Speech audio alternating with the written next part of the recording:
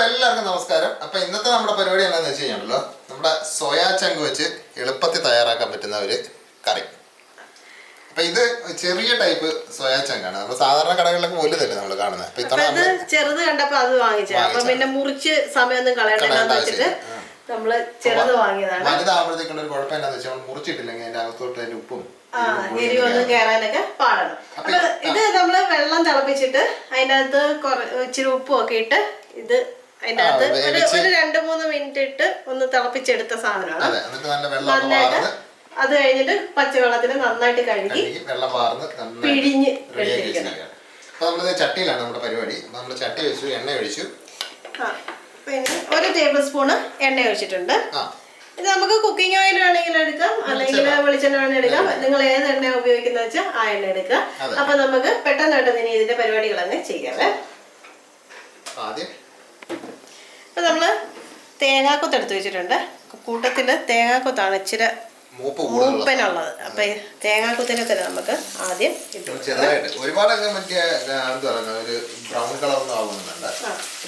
Medium. ഇത് എല്ലാം കൂടെ നമ്മൾ ആദ്യം ഇതൊന്നും ഇട്ട്, കാരണം ഇതിന്റെ മൂപ്പ് അനുസരിച്ചിട്ടൊന്നും ഇടുന്നെന്ന് മാത്രമേ ഉള്ളൂ. അല്ലാതെ ഇത് കിടന്ന് ഒത്തിരി നേരം നമ്മൾ ബ്രൗൺ ആക്കി എടുക്കൊന്നും വേണ്ട. ഇപ്പം ഒത്തിരി പേര് സോയാ ചങ്കൊക്കെ ധാരാളമായിട്ട് കഴിക്കുന്നുണ്ട്. കൂടുതൽ ന്യൂജൻ പിള്ളേരൊക്കെ ഒരു ജിമ്മിലൊക്കെ പോയിട്ട് വരുമ്പോഴൊക്കെ അപ്പൊ ഇത് ഇച്ചിരി എണ്ണയൊക്കെ ഉണ്ട്. അപ്പൊ എണ്ണയും തേങ്ങയൊക്കെ ഉണ്ട്, ടേസ്റ്റ് ആണ്. അപ്പൊ ചില ദിവസങ്ങളില് ഒരു ഇച്ചിരി ഇങ്ങനെയൊക്കെ കൂടെ കഴിക്കാം. അപ്പൊ ഒരു ടേസ്റ്റും കൂടെ ആവുമല്ലോ. കാര്യം നമ്മൾ എപ്പോഴും ചെയ്യുമ്പോൾ ചിലപ്പോൾ നല്ല ടേസ്റ്റ് വരാൻ സാധ്യതയില്ല. പക്ഷെ ചില സമയത്ത് നമ്മൾ ഇങ്ങനെയുള്ള ഇൻഗ്രീഡിയൻസ് ഒക്കെ ചേർക്കുമ്പോൾ നല്ല ടേസ്റ്റ് ഉണ്ടാകും. അപ്പോഴേ നമുക്കിനി സ്വല്പം കടുകിട്ട് കൊടുക്കാതെ ആ തേങ്ങ വെച്ചിട്ട് നടുക്കോട്ട് നടുക്ക് ഒരു സ്വല്പം എണ്ണ ഒന്ന് പെട്ടെന്ന് ഒന്ന് കടുക് കൊടുത്തു. കടുക് പൊട്ടണം. അപ്പൊ ഇത് നമ്മളുണ്ടല്ലോ പെട്ടെന്ന് അങ്ങ് ചെയ്യുവാണ്, അല്ലാതെ നമ്മൾ ഒത്തിരി നേരം എടുത്തിട്ടുള്ള പരിപാടികളൊന്നും ഇല്ല. വറ്റൽമുളക് മുറിച്ചിട്ട് കൊടുക്കാം. അപ്പൊ കടുക് പൊട്ടിയിട്ടുണ്ട്. പൊട്ടി മേളിലോട്ട് വരാനുള്ള ഒരു ചാൻസ് നമ്മൾ കൊടുക്കുന്നില്ല. അപ്പൊ നമ്മൾ ഇനി എടുത്തു വെച്ചിരിക്കുന്നത് വെച്ചാൽ നമ്മുടെ മസാലകളെല്ലാം നമ്മൾ പൊടിക്കാത്ത മസാലകളെല്ലാം ഉണ്ട്. 2 നമ്മുടെ ബേ ലീഫ് ഉണ്ട്, നമ്മുടെ പെരിഞ്ജീരകം, ചെറിയൊരു പീസ് പട്ട, 1 ഗ്രാം 2 ഗ്രാമ്പും 1 ഏലക്കായും. അപ്പോൾ ഇവരെല്ലാം കൂടെ അങ്ങോട്ട് ചേർത്ത് കൊടുക്കാവേ. ഇപ്പം നമുക്കൊരു ഈ നോൺ വെജ് ഒക്കെ കഴിക്കുന്ന ആൾക്കാർക്കില്ലേ ആ ഒരു ടേസ്റ്റും കൂടെ കിട്ടും. നമ്മുടെ ഈ ഒരു വെജിറ്റേറിയൻ മാത്രം കഴിക്കുന്നവർക്ക് ആ ഒരു ടേസ്റ്റ് ഉള്ള സാധനം കഴിക്കാൻ നമുക്ക് മറ്റേ എന്താ പറയുന്നത് ചോറിൻ്റെ കൂടെ ചപ്പാത്തിയിലൂടെ എല്ലാം കൂടെ കഴിക്കാവുന്ന. അപ്പൊ നമ്മുടെ തേങ്ങയൊക്കെ അത്യാവശ്യം റെഡി ആയിട്ടുണ്ട്. ഇനി നമുക്ക് ചതച്ച് വെച്ചിരിക്കുന്ന ഇഞ്ചി ഇട്ട് കൊടുക്കാവേ. ഇത് നമ്മൾ ഒരു ഇഞ്ചി മുറിച്ചല്ല എടുത്തത്, ചതച്ചെടുത്ത്. അപ്പൊ വേഗം തന്നെ ചതച്ചെടുക്കുമ്പോൾ ഒരു കാര്യം ശ്രദ്ധിച്ചോണം, നമ്മൾ മറ്റേ മുറിച്ചിടുമ്പോഴത്തേക്ക് എടുക്കുന്ന അത്ര സമയം വേണ്ട, ചിലപ്പം പെട്ടെന്നാവും. ഇപ്പൊ തന്നെ പെട്ടെന്നായിട്ടുണ്ട്. ഇനി നമ്മളൊരു 3-4 വെളുത്തുള്ളി അല്ലിയാണ്, അതും ചതച്ചതാണ്, അതുകൂടെ ചേർത്ത് കൊടുക്കാം.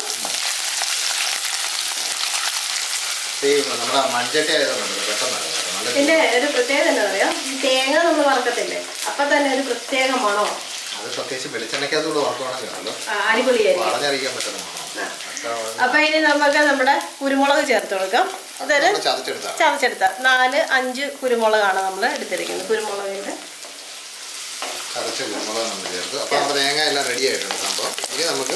നമ്മുടെ ഉള്ളി ചേർത്ത് കൊടുക്കാം. നമ്മൾ ഏകദേശം ഒരു 2 ഉള്ളിയാണ് എടുത്തിരിക്കുന്നത്. സവോളയാണ്, ചെറിയ ഉള്ളിയൊന്നുമല്ല, സവോളയാണ് എടുത്തിരിക്കുന്നത്. ഇച്ചിരി സമയമൊക്കെ ഉണ്ടെങ്കിൽ ചെറിയ ഉള്ളി എടുക്കാവേ. ഇത് നമ്മളെ ചെറിയതായിട്ട് മറ്റേ കൊത്തി അരിഞ്ഞാണ് നമ്മൾ ഇട്ടിരിക്കുന്നത്. അപ്പോൾ കുറച്ചുകൂടെ നമ്മൾ സാധാരണ നീളത്തെ അരിഞ്ഞതിനേക്കാൾ കുറച്ചുകൂടെ രുചി കൂടും. പെട്ടെന്ന് വഴന്ന് കിട്ടുകയും കുറച്ചുകൂടെ കൊഴുപ്പും കിട്ടും കഴിക്കാൻ. അപ്പോൾ നമുക്ക് ഇനി ഇതൊന്ന് വഴന്ന് വരാനായിട്ട് ഒരു 3-4 മിനിറ്റ് വേണം. അപ്പോൾ അതൊന്ന് എളുപ്പമാക്കാൻ വേണ്ടി നമ്മൾ സ്വല്പം ഉപ്പ് കൂടി ചേർത്ത് കൊടുക്കാം.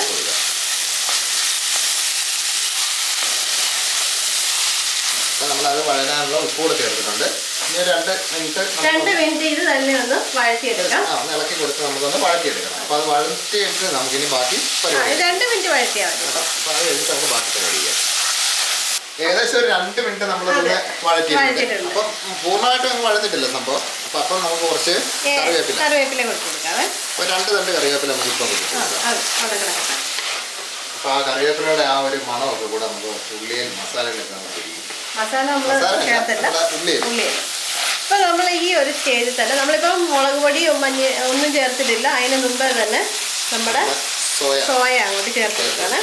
ഇത് ഇടുന്ന സമയത്ത് ഒന്നുകൂടെ ഒന്ന് പിഴിഞ്ഞേക്കണം. കാരണം ഇതിൻ്റെ അകത്തുണ്ടല്ലോ വെള്ളമയം അകത്തോട്ടങ്ങ് കയറും. ഇത് നമ്മളെ സ്പോഞ്ച് പോലെ ഇതിൻ്റെ പരിപാടി. എത്ര നമ്മൾ പിഴിഞ്ഞെടുത്തെന്ന് പറഞ്ഞാലും പിന്നെയും കയറും. അപ്പം അതെല്ലാം ഇതിൻ്റെ അകത്ത് ഒന്നും കൂടി ഇടുക. നന്നായിട്ട് വഴറ്റി അത് വേഗം ചെയ്യും. അപ്പോൾ അതിൻ്റെ ആ ഒരു അകത്തുള്ള വെള്ളമയമില്ലേ അത് കുറേ അധികം പോകും. അപ്പം അതിനകത്ത് പിന്നെ സ്പേസ് വരും നമ്മുടെ മസാല ഇടുന്നത്. അതൊക്കെ കറിക്കകത്തുള്ള മസാലയൊക്കെ കയറാനുള്ളത്. അതെ. ഇപ്പം നമുക്ക് ഉണ്ട് വീണ്ടും പിഴിഞ്ഞിട്ട് ഇത്രയും വെള്ളം അധികം വന്നു. അപ്പം ഇനി ഇത് നമുക്ക് ഒന്നുകൂടെ ഇളക്കി കൂട്ടി വെച്ചിട്ട് അതിൻ്റെ കൂട്ടത്തിൽ തന്നെ സ്വല്പം ഉപ്പും കൂടെ ചേർത്ത് കൊടുക്കാം. സോയക്കകത്ത് ആവശ്യമുള്ള ഉപ്പും കൂടെ വേണമല്ലോ. അതുകൊണ്ട് ഉപ്പും കൂടെ ചേർത്തിട്ടുണ്ട്. ഇളക്കിയിട്ട് ഒന്ന് അടച്ച് വെച്ചിട്ട് ഒരു 2 മിനിറ്റ് കഴിഞ്ഞിട്ട് വീണ്ടും നമ്മൾ ശ്രദ്ധിച്ചോണം. ചെറിയ തീയില വെക്കാവുള്ളൂ നമ്മള്. ചിലപ്പോൾ പിന്നെ നമ്മൾ ഉപയോഗിക്കുന്ന പാത്രം ശ്രദ്ധിച്ചോണം. ഓരോ കഴിയുന്നതുണ്ടല്ലോ ഈ മൺചട്ടിയിലോ അല്ലെങ്കിൽ നമ്മുടെ കൽച്ചട്ടിയിലോ നല്ല അടികട്ടിയുള്ള ചീനച്ചട്ടിയിലോ ഒക്കെ ചെയ്യാൻ ശ്രമിക്കുക. അടികട്ടിയുള്ള പാത്രം മതി. കാര്യം അലുമിനിയത്തിലും സ്റ്റീലിലും ചെയ്യാതിരിക്കണം നല്ലത്. അപ്പോൾ നമ്മൾ അടച്ചു വെച്ചിട്ടുണ്ട്. ഇനി നമുക്കൊരു 2-3 മിനിറ്റ് നമുക്കൊന്ന് വെയിറ്റ് ചെയ്യാം. അപ്പോഴേ ഏകദേശം 2 മിനിറ്റ് കഴിഞ്ഞപ്പോൾ നമുക്കൊന്ന് തുറന്ന് നോക്കാം. നമ്മുടെ ഉള്ളിയൊക്കെ നല്ല ഇതായിട്ടുണ്ട് കേട്ടോ. അടിക്കൊന്നും പിടിച്ചിട്ടൊന്നുമില്ല. ഈ സോയക്കകത്ത് ഇഷ്ടംപോലെ വെള്ളമുണ്ട്. അത് ഒന്ന് വാർന്ന് പോകണമെന്നുണ്ടെങ്കിൽ നല്ല പണിയാണ്. ഇപ്പൊ ചെറുതായതുകൊണ്ട് പക്ഷെ ഇപ്പൊ വെന്തോടൊപ്പം വലുപ്പം വെച്ചു. വീണ്ടും വെള്ളം കുടിച്ചെന്നു.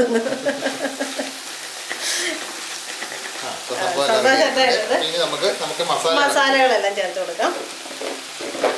നമ്മളിത് അടുപ്പ വെച്ചിരിക്കുന്ന അതേ സമയത്ത് തന്നെ നമ്മൾ വേറൊരു പാത്രത്തിന് ഇതിന് ഗ്രേവിക്ക് ആവശ്യമായിട്ടുള്ള വെള്ളം തിളപ്പിക്കാൻ വെച്ചിട്ടുണ്ട്.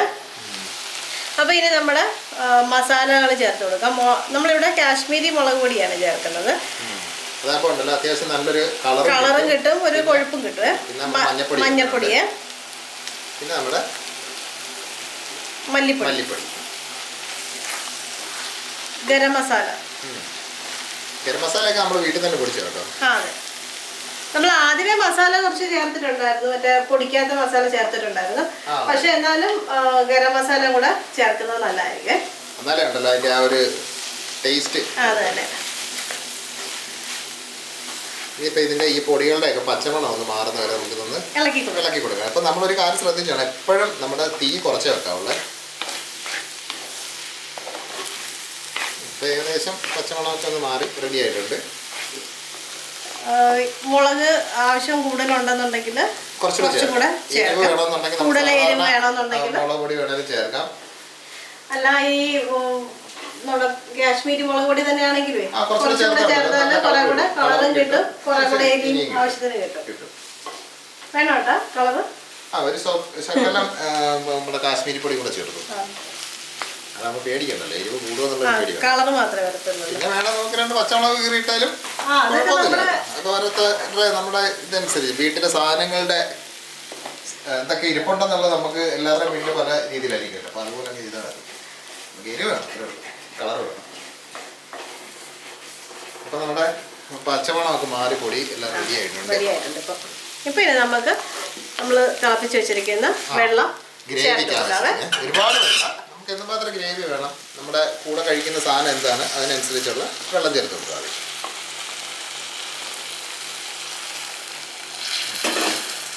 അപ്പം ഇനി ഇത് ഈ വെള്ളത്തിൽ കിടന്ന് ഒന്നുകൂടെ തിളക്കണം, നന്നായിട്ട് വെട്ടി തിളക്കണം.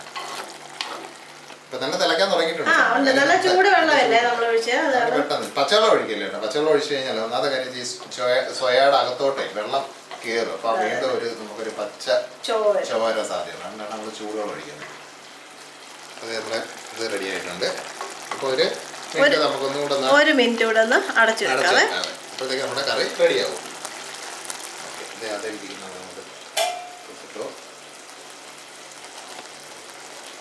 ഒന്നും കളയണ്ടല്ലേ. അപ്പൊ നമുക്കൊന്ന് അടച്ചു വെച്ചിട്ട് 1 മിനിറ്റ് കൂടെ ഒന്ന് അതിനുള്ള ചെറിയ തീയിലോട്ട് ഇരിക്കട്ടെ. അപ്പൊ ഇനി നമുക്ക് തുറക്കാം. നന്നായിട്ട് തിളച്ച് നല്ല സെറ്റായിട്ടുണ്ട്. മണമൊക്കെ വരുന്നുണ്ട്. അപ്പൊ ഒരു സ്വല്പം കൂടെ മേം പൊടിക്കായിട്ട് നമ്മള് ഗരം മസാല ചേർത്ത് കൊടുക്കണം. അതിന്റെ ഒരു ഫ്ലേവർ അത് ആവശ്യമുണ്ടെങ്കിൽ മാത്രം ചേർത്താൽ മതി, കാരണം നമ്മൾ ഓൾറെഡി ചേർത്താണ്. അപ്പൊ ഇനി നമുക്കുണ്ടല്ലോ ഒരു തണ്ട് നമ്മുടെ കറിവേപ്പില ചേർത്ത് കൊടുക്കാം. അപ്പൊ ഉണ്ടല്ലോ ആ കറിവേപ്പിലയുടെ ആ ഒരു ഫ്രഷ് ഫീലും കൂടെ കിട്ടും.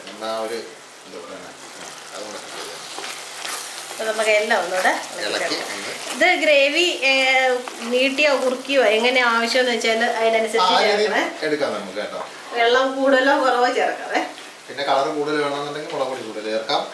എരിവ് കൂടുതൽ വേണമെന്നുണ്ടെങ്കിൽ സാധാ മുളക് പൊടിയോ അല്ലെങ്കിൽ പച്ചമുളകോ കുറച്ചുകൂടെ കുരുമുളകോ ഒക്കെ കൂടെ ചേർത്ത് കഴിഞ്ഞാൽ അത് ഒരു മേമ്പൊടി ആയിരിക്കും സംഭവം. അപ്പൊ നമ്മുടെ സംഭവം സെറ്റ് ആയിട്ടുണ്ട്.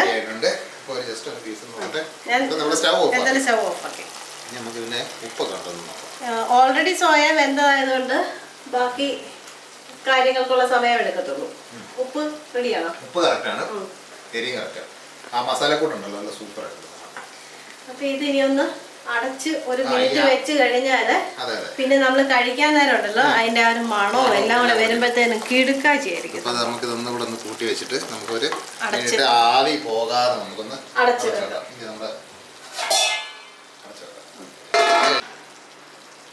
നമ്മൾ 1 മിനിറ്റ് അടച്ചു വെച്ച് അതിന്റെ ആ ഒരു മണവും എല്ലാം അതിൻ്റെ അകത്തായിട്ടുണ്ട്. ഒന്നും കൂടെ ഒന്ന് രുചിച്ചിട്ട് നമുക്ക് നോക്കാം. അപ്പം സോയാ ചങ്ക് വീട്ടിൽ ഇരിപ്പുണ്ടെന്നുണ്ടെങ്കിൽ ഇതുപോലെ എളുപ്പ രീതിയിലും നമുക്ക് എല്ലാവർക്കും ചെയ്യാൻ അറിയാം പല രീതിയിലും. എന്നാൽ ഈ രീതിയിലൊന്ന് ചെയ്ത് നോക്കുക. സംഭവം ടേസ്റ്റ് നല്ല അടിപൊളിയാണ്. പിന്നെ വലിയ സോയ ആണെങ്കിൽ 2-3 പീസായിട്ട് നമ്മൾ കുതിർത്ത് കഴിഞ്ഞിട്ട് ഒന്ന് മുറിച്ചാൽ മതി. എന്തായാലും ഉണ്ടല്ലോ ആ ഒരു നമ്മുടെ ആ എരിവും ഉപ്പും അല്ലെങ്കിൽ എപ്പോഴും അതിൻ്റെ ആകെ ഒരു പച്ച ഒരു വെള്ളത്തിന്റെ ഒരു ചോയം. അപ്പൊ ഇങ്ങനെ ഒന്ന് ജസ്റ്റ് അതിന് ഈ നമ്മൾ ആദ്യം ഒന്ന് ഇട്ട് എല്ലാം കൂടി ഇട്ട് ഒന്ന് വഴറ്റിയില്ലേ, അതുപോലെ കൂടെ ഒന്ന് ചെയ്ത് കഴിഞ്ഞാൽ ഉണ്ടല്ലോ അകത്തെ വെള്ളമയോ എന്തെങ്കിലുമൊക്കെ ഉണ്ടെങ്കിൽ അതങ്ങ് പോയിക്കോളും. അപ്പൊ ഇതുപോലെ ചെയ്ത് നോക്കിയിട്ട് അതിന്റെ അഭിപ്രായമൊക്കെ ഒന്ന് പറയണം കേട്ടോ. പിന്നെ അതുകൂടാതെ വീഡിയോ ഒന്ന് ലൈക്ക് ചെയ്യണം. പിന്നെ നമ്മൾ എപ്പോഴും പറയുന്ന പോലെ നമ്മുടെ ചാനലൊന്ന് സബ്സ്ക്രൈബ് ചെയ്യുക. ആ തൊട്ടടുത്ത് ഉള്ള ബെല്ലൊക്കെ ഉണ്ടല്ലോ അതൊക്കെ ഒന്ന് ഓൺ ചെയ്ത് വെക്കുക. അപ്പൊ നമ്മുടെ വീഡിയോ ഇടുമ്പോഴത്തേക്ക് പെട്ടെന്ന് തന്നെ മൊബൈൽ കാണാൻ പറ്റും. എന്നിട്ട് ചെയ്ത് നോക്കണം കേട്ടോ. ചെയ്ത് നോക്കിയിട്ട് പിന്നെ ഇത് നമ്മൾ അറിയാൻ മേലാത്ത നമ്മളുടെ കൂട്ടുകാർക്കൊക്കെ ഒന്ന് ഷെയർ കൂടെ ചെയ്ത് കൊടുക്കാറ്. അവരൊക്കെ പഠിക്കട്ടെ പാചകം. അതെ, നമ്മളൊന്നും വലിയ എക്സ്പെർട്ട് ഒന്നുമല്ല, നമ്മളൊക്കെ പഠിച്ചു ഷെഫൊന്നുമല്ലല്ലോ. അപ്പം അതൊക്കെ ഒന്ന് ചെയ്ത് നോക്കുക. നമ്മുടെ നുറുങ്ങ് വഴികൾ നമ്മുടെ വീട്ടിലെ പാചകം അത് തന്നെ വളരെ വേഗം ചെയ്യാൻ പറ്റുന്ന ബാച്ചിലേഴ്സിനൊക്കെ ആണെങ്കിൽ പോലും വളരെ വേഗം ചെയ്യാൻ പറ്റുന്ന. അപ്പൊ നമുക്ക് നല്ല വ്യത്യസ്തമായ വേറൊരു വിഭവമായിട്ട് നമുക്ക് നാളെ കാണാം. അപ്പൊ എല്ലാവർക്കും bye bye.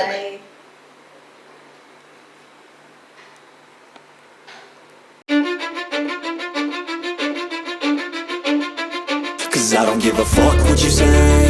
Yeah, I'ma do shit my way. So you can go kick rocks, I'ma stack bricks up, build what I want to make. Yo, I got a lot of shit to say, so I'ma do this every day. I'll be writing things until I'm fucking buried in my grave.